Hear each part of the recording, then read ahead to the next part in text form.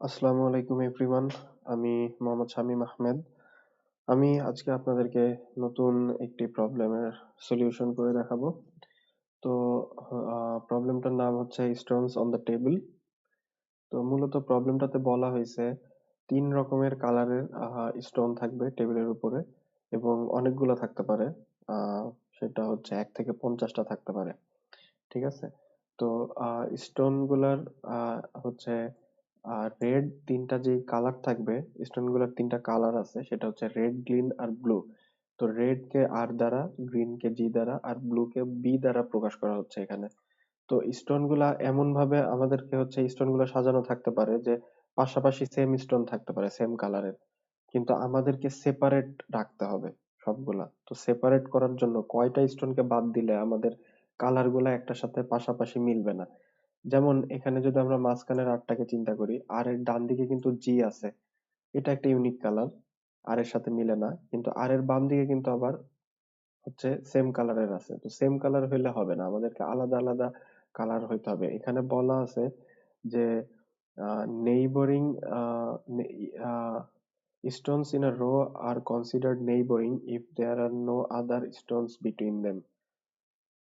ঠিক আছে। আর এখানে হচ্ছে বলা আছে represent the color of we consider stone row number left to right and s equals r if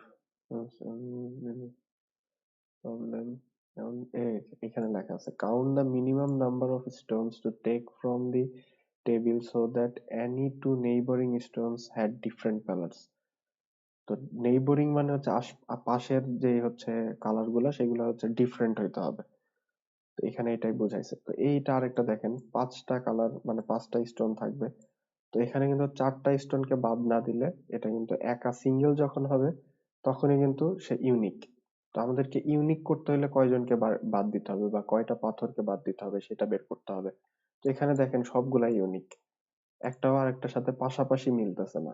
যদিও এখানে কিন্তু দুইটা ব্লু আছে, ঠিক আছে, বাট পাশাপাশি কি মিলতেছে না। সো পাশাপাশি না মিললে কিন্তু জিরো আসবে। সো চলেন প্রবলেমটা একটু আমরা সলিউশন করে দেখি।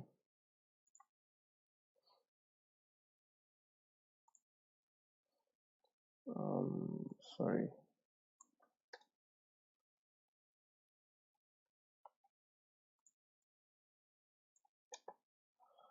ওকে। সো টেমপ্লেটটা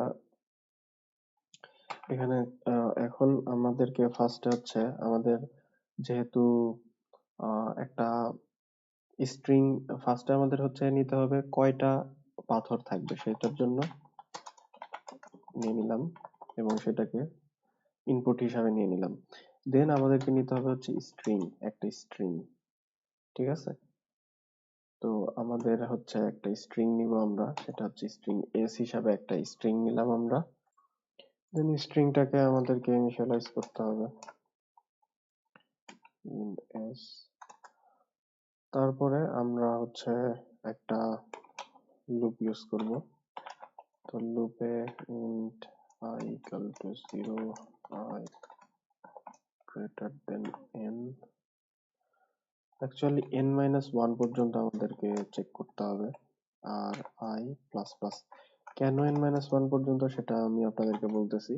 তো ফার্স্টে আমাদের একটা ইফ স্টেটমেন্ট নিতে হবে এবং ইফ স্টেটমেন্টের মধ্যে আমাদেরকে স্ট্রিং এস এর I ইন্ডেক্স নাম্বারটা চেক করতে হবে তার পরবর্তী ইন্ডেক্সের সাথে। তো I প্লাস ওয়ান, এখানে I+1, এখানে আমাদেরকে একটা ভেরিয়েবল উপরে ডিক্লেয়ার করতে হবে এখন কাউন্ট নামের। তো কাউন্টটাকে আমরা প্লাস করে দিব, এটাকে ইনিশিয়ালাইজ করি 0-তে। তো এখানে আমি যেটা করলাম সেটা হচ্ছে প্রত্যেকবার ইন্ডেক্স গুলা চেক হবে এবং আগের ইন্ডেক্স যদি পরের ইন্ডেক্সের সাথে মিলে তাহলে 1 করে যোগ হবে। কারণ পরের ইন্ডেক্সের সাথে মিললে 1 করে যোগ হবে মানে ওকে বাদ দাও। দেন আবার মিললে আবারও ওকে বাদ দাও। এভাবে যতক্ষণ না পর্যন্ত একটার একটার সাথে সম্পূর্ণ ইউনিক হবে না ততক্ষণ পর্যন্ত কিন্তু লুপটা চলতে থাকবে। ঠিক আছে। এবং আমাদের পাশাপাশি আমাদের আমাদের হচ্ছে বের করতে হবে শুধু পাশাপাশি। একটা একটা স্ট্রিং এর মধ্যে কতগুলা লাল থাকলো বা বেগুনি থাকলো বা গ্রিন থাকলো কোনো সমস্যা নাই, পাশাপাশি থাকতে পারবে না সেম কালার। তো এটাই হচ্ছে আমাদের কাজ। তো এখানে আমরা কাউন্ট প্লাস প্লাস করলাম, আর এখানে মূলত n মাইনাস ওয়ান করার একটাই রিজন, সেটা হচ্ছে এখানে যদি n মাইনাস ওয়ান না করতাম, ধরেন এখানে n আছে, তাহলে এখানে যখন হচ্ছে n এর মান যদি 5 হয়, তার মানে এটা 4 পর্যন্ত আমাদের লুপ ঘুরবে। আর আমাদের কিন্তু 4 পর্যন্তই কিন্তু আমাদের স্ট্রিং সাইজ, মানে 4, 0 থেকে 4 মানে হচ্ছে পাঁচটা অক্ষরের স্ট্রিং হবে। তো এখানে আপনি একটা জিনিস চিন্তা করেন, এখানে কিন্তু আমার যখন হচ্ছে 4 থাকবে, এখানে কিন্তু 4 প্লাস 1 5 হয়ে যাবে। তো 5 নাম্বার তো কোনো ইন্ডেক্সই নাই। তো সেইটা যাতে না হয় সেই জন্য আমাদেরকে n মাইনাস ওয়ান দিয়েছি আমরা। ঠিক আছে, আর এখন আমরা এখানে হচ্ছে কাউন্টটাকে সি আউট করবো। একবার একটু প্রোগ্রামটা দেখি সব ঠিক আছে। হ্যাঁ, আই উইশ, আই হোপ সব ঠিক আছে, একটু রান করে দেখি। হ্যাঁ, কাজ হয়েছে। তো চলেন এটা সাবমিট করার চেষ্টা করি।